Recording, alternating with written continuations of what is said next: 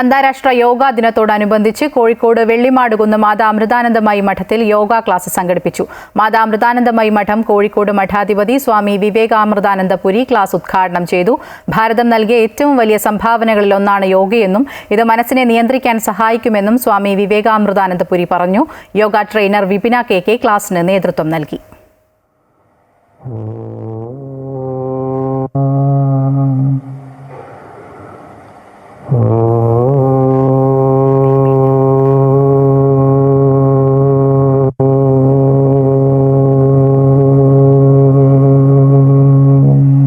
യോഗാദിനം പ്രഖ്യാപിക്കുന്നതിന് മുമ്പ് തന്നെ, വർഷങ്ങൾക്ക് മുമ്പ് തന്നെ ആശ്രമത്തിൽ അമ്മ യോഗയ്ക്ക് വളരെയധികം യോഗയും ധ്യാനവും, സത്യത്തിൽ അത് രണ്ടും സംയുക്തമായിട്ട് വേണം പോകാനായിട്ട്.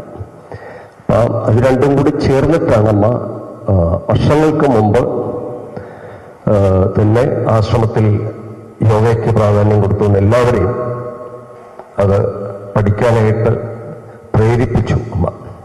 അത് മാത്രമല്ല, പല സ്ഥലങ്ങളിൽ നമ്മൾ യോഗയുടെ പരിപാടികൾ ഭാരതമൊട്ടാകെയും യൂറോപ്പിലും പല സ്ഥലങ്ങളിലും പോയിട്ട് ആശ്രമത്തിലെ ബ്രഹ്മചാരികളെ അമ്മ പ്രത്യേകം ട്രെയിൻ ചെയ്ത ശേഷം അവർ പല സ്ഥലങ്ങളിൽ പോയിട്ട് ഇത് പ്രചരിപ്പിക്കുകയുണ്ടായിട്ടുണ്ട്.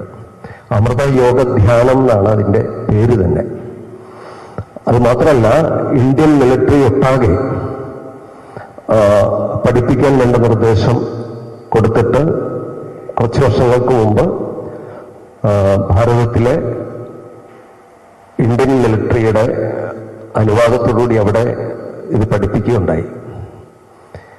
അതുമാത്രമല്ല, നമ്മ ഈ ജയിൽ പുള്ളികൾക്ക് പോലും പ്രാധാന്യം, അവർക്ക് പോലും യോഗയുടെ പ്രാധാന്യം മനസ്സിലാക്കി കൊടുക്കാൻ വേണ്ടിയിട്ട് ജയിലുകളിൽ, കേരളത്തിലൊട്ടാകെയുള്ള ജയിലുകളിലും പല സ്ഥലങ്ങളിൽ, ഭാരതത്തിലെ പല ഭാഗങ്ങളിലുള്ള ജയിലുകളിലും പോയിട്ട് ഈ യോഗ പ്രചരിപ്പിക്കുകയുണ്ടായി.